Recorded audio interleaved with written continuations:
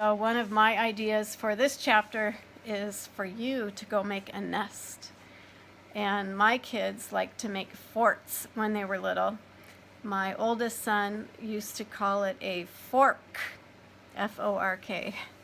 But he would get on his bed and get all of his blankets and all of his pillows and all of his stuffed animals and pile them up nice and high and then sit down in between, and really all you could see was his face. We also like to make forts with blankets, hanging them over chairs or over tables, or maybe pulling out over the couch, and then some chairs on the other side of the couch, and then put all of your pillows and stuffed animals inside. So that sounds like a good indoor activity that you could do while you're at home. So with a brother or sister maybe, or with mom or dad, and then maybe take some books inside and read. Or you could make your nest or your fort and then listen to some of my books inside.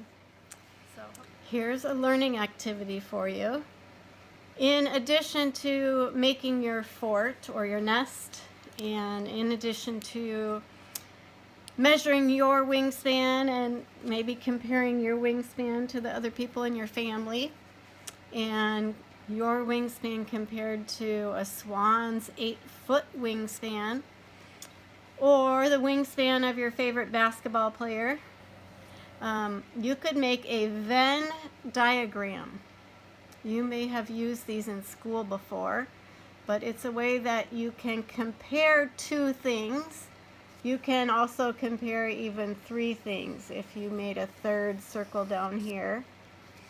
But since the book talked about swans and eagles, you could compare eagles and swans.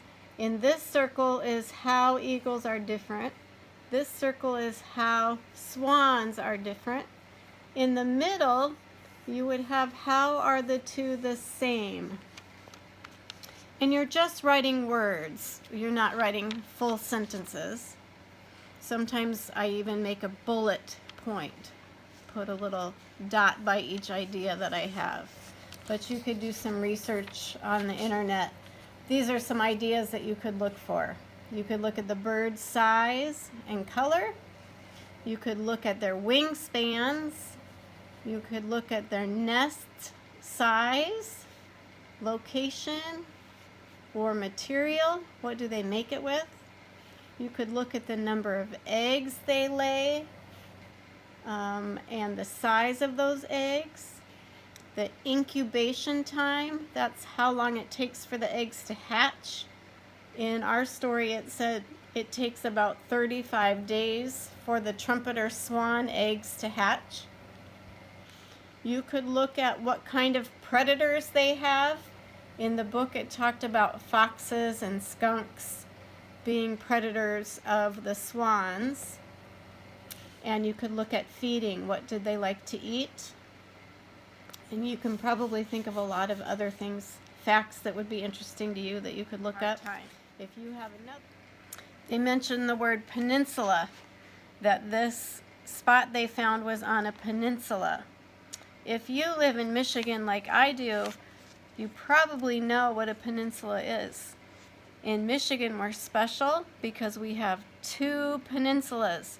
We have a lower peninsula, and we show what that looks like by giving the shape of a mitten. And in Michigan we talk about where we live in Michigan by pointing to which part of the mitten we live on. So I live in the Detroit area, which is down here by the thumb.